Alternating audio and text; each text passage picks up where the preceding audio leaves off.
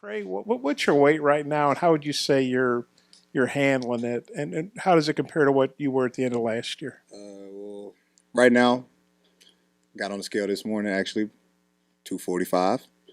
I feel pretty good carrying it. Last season, I ended the season around 227. So I put on a lot of weight, but I feel great. I feel amazing. Just ready to go play. And last year, the season's going on, and you're having to transition to tight end and get ready for opponents and game plans and all that stuff. Now you've had all this extra time to get used to playing tight end.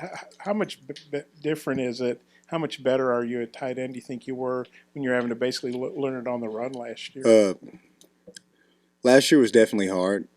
Uh, Not being able to learn the little nuances of playing the position, of course, because you don't have enough time to sit and really coach details when you're getting ready for an opponent.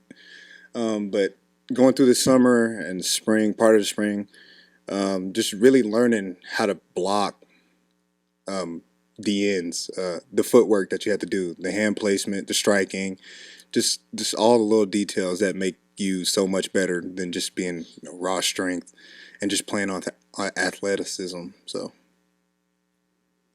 Maybe the last weight question. Do you remember last year coming in about this time? You said you were as heavy as you'd ever been, and you were 215 at that time. Yep. In the spring before that, you were 205. That's 40 pounds in like 18 months. Is that? I mean, that's a lot. How did you put all that weight on in such a short amount of time? really just eating, stuff in my face. I mean, eating any and everything. I've said it before. Literally, I was just eating everything, drinking chocolate milk before bed, protein shakes, PB and J's, a lot of chicken and steak and potatoes. I love steak and potatoes, but just eating, and I mean, and also working out too. And I've transformed my body because it wouldn't. It's not all bad weight. Like it's not bad weight at all. I feel good. So That eating stuff doesn't work out for me for some reason. Nathan, this has been an interesting journey for you. I mean, got to be a dream come true to come in, get the scholarship, and now you're factoring in. Just talk about your journey and what it's been like for you. Coming in, I knew it was going to be a challenge, as any walk-on has a mindset of, and you know you're going to come in and have to put in extra work, but it was just a lot of day in and day out. You got to do your job, but you also got to do extra, and you got to be consistent as well. And it wasn't just what I did; it was the resources around me, my teammates, tight end room, Coach Loggins too. He really guided me to take that next step and do things from a different point of view, do the detail things. But like I said, there's a support group around me that helped me out a lot, and that's what really lifted me up to take that next step. This is for Nathan. Dowell was in here earlier, and he said he doesn't like making comparisons, but I've heard some other people on the team compare you to Blake Kern. Yes, sir. Is it a fair comparison? In what ways are you guys similar and different? Kern's awesome. He was a guy that I was always around, and he had that same path to me as starting as a walk-on. So just learning from him was something that I really tried to do. And I'd say we have very similar traits as far as inline blocking, but we also, from a mindset, I tried to pick his brain when he was here because he went through the same stuff that I did, and whatever I could take from him, I did because he was a huge help. And that was something that I really tried to take advantage of that past year because he had a lot of success and he did a lot of great things here too as well. I don't think you've ever been targeted in a game, but you seem like you've got pretty good hands from what we see in practice. How much do you think you can factor in as a receiver? I think whenever my number's called, I'm gonna do my best to produce for the team, and I think Coach Loggins has prepared us to take advantage of the opportunities that we have. So if my number's called, I'm gonna do my best to put our team in the best possibility to win. Hudson, we've seen quite a few different faces in the tight end room over the last few years. You've been kind of like the one guy, steady force. Well, how would you say the tight end room looks now compared to the last several years? I mean, in all honesty, I think we have the most talented tight end room that we've had in a very long time. I mean, you got us three, and you also have Tyrus Washington. We have a lot of other guys on our tight end that, factor in and do well. But I mean, we have a good group of core guys. I mean, that we can get in there and we can run a lot of different personnels out of it. So I'd say that we have probably the most talented tight end room that we've had in a very long time. Nathan, you think you began your career at Illinois State? Is that right? Yes, Could you sir. kind of give us some insight on there, and then how you made your way to Fayetteville? Started there, was at scholarship, and went through kind of a little journey. I wanted to play at the best level, and when I came to Arkansas, it reminded me of home the most. So when I got here, things kind of fell in place for me, and it was a bit of a transition. You know, you have guys at that level that are good, but when you get to this level, it's everyone, and especially the interior guys, those front seven, that you kind of realize like, hey, I gotta move those guys as well. So you kind of got to find that balance of performing at a high level all the time, especially down here because there's a lot of depth too. That was the thing I had to adjust to well. Up and down, 1 to 3s. It's going to be a battle, and you have to battle every day to prove yourself.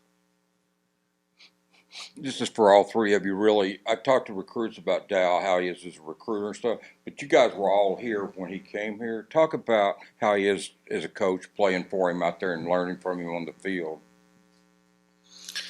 I mean, from where he's been in the NFL for most of his life, and he has so much experience and so much knowledge and wisdom when it comes to just all around being just a good player.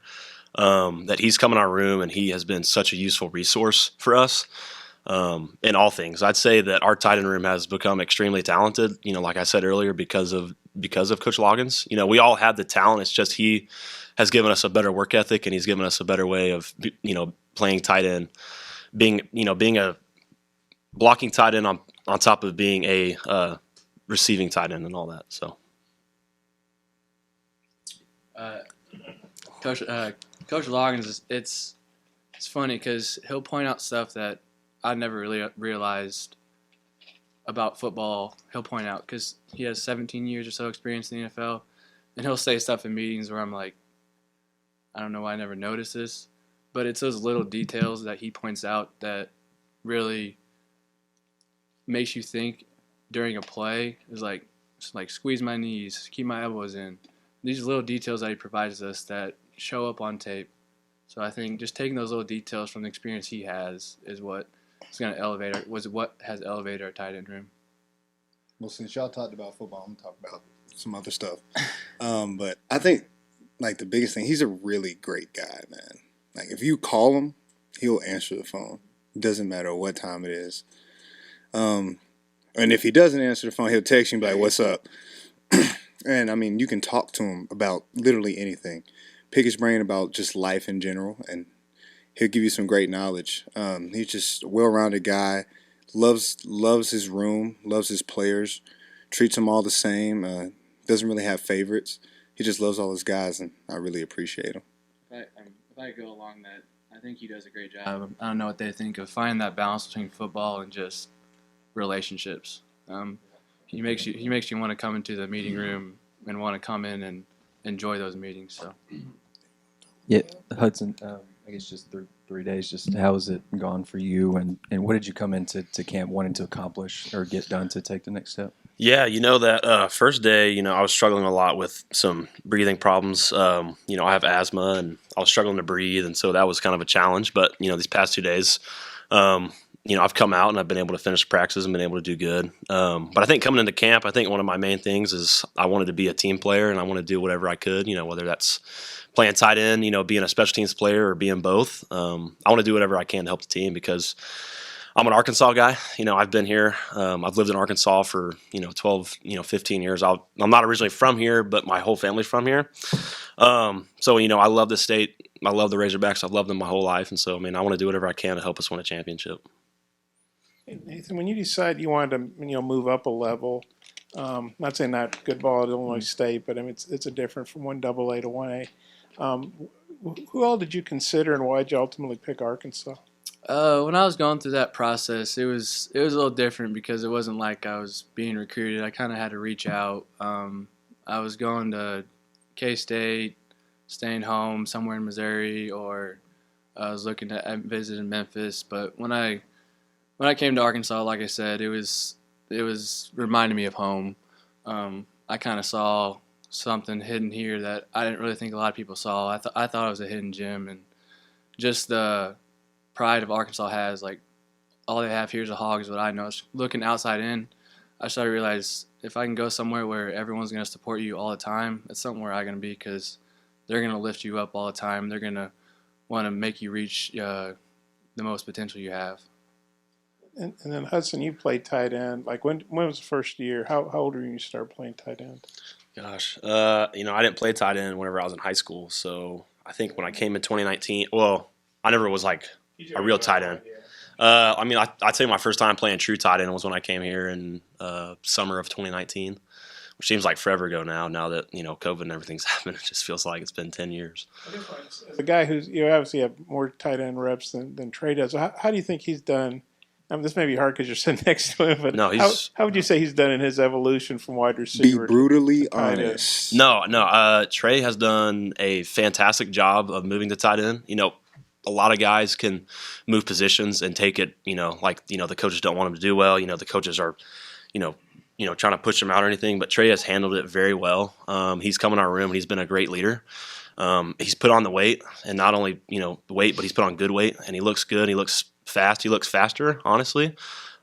He's been playing good ball, blocking well. You know, that's a hard thing coming to tight end, you know, from receiver, is blocking in line. I mean, you're blocking 300 pounders.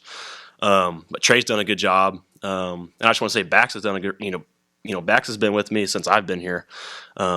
And seeing him grow and seeing him develop, I mean, these two guys have been helping lead our room, and it's been awesome to see their growth and see their development, and they've been doing a fantastic job. Nathan, were you at Illinois State for 1 year? Is that right? Yes, sir. Did you know John Ridgway at all? I did. How well? He was actually on my official visit, I met him, but he's the same person he is when he was down here. That big personality, just, I mean, had that same kind of playing style, just being an animal in the trenches, and it was the same person, like I said, as he was up there as he was down here. You see him have the type of year that he had last year, going from there to here, like you've done. Is there anything you can take away from that helps you in your own personal preparation? I think he took the most of the opportunity he had, which is a mindset that I think anyone has to have playing football. So I'd say, like I said, making the most of the opportunity he had. He was here for 1 year and he got drafted. So just making the most of the opportunity I have and giving it everything I have when I get that opportunity. I had a question, Trey. We were sorry to hear about your car accident during spring break. How scary was that thing? I mean, is it something you don't like to talk about, or? No, I mean, no, it was pretty bad. I ain't gonna lie, but I mean, we made it out. No one was hurt in the car, so that's all you can really ask for. I was just blessed that I only had like a concussion and a little scratch on my forehead, so that was it. Where are you at? Oh, Little Rock. Any of you guys that might have some insight, just thoughts on Ty Washington, and kid looks like he's physically impressive already for a young guy. That boy is gonna be a problem. He's going to be good. He's definitely a hidden gem coming from Georgia. I don't know how highly recruited he was out of high school, but I think we got a really good tight end for the next couple of years. He's going to be a problem for the SEC, for sure. One thing he does well is ask questions. Yeah. He's always asking what he can do to get better. And if he continues to do that, especially as a freshman, the ceiling's high for him. Yeah, and I've kind of just tried to, take him under my wing. Actually, he's staying at my house right now, just because we're in camp, and I just want to talk to him and really try to help him through this whole thing. Because I mean, camp is not easy. It's not for the weak-minded. It's a grind, and he's going to hit a wall eventually. And I just want to be there to help him get through it, and teach him more about the ball, help him with signals, help him with plays. Just try to make him the best he can, because he can definitely help this team.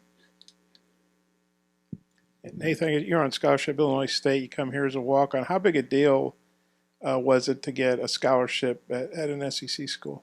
It was awesome. It was a kind of a surreal moment. Just kind of trying to figure out my future, and things kind of fell in place. And to get a scholarship here, especially at a place where a guy like Brandon Burlesworth set that standard of walking on, is something huge. So to get that, like I said, is a surreal moment, and it was an honor to do it, and very thankful for the opportunity I have. Remember, did Sam call you in, or do you remember what was the like? How did it happen? It was a end of spring meeting, and it was brought it up just during the meeting, and I went along with it. And it was, like I said, it's a very surreal moment. It was one of those moments where you just keep smiling. So.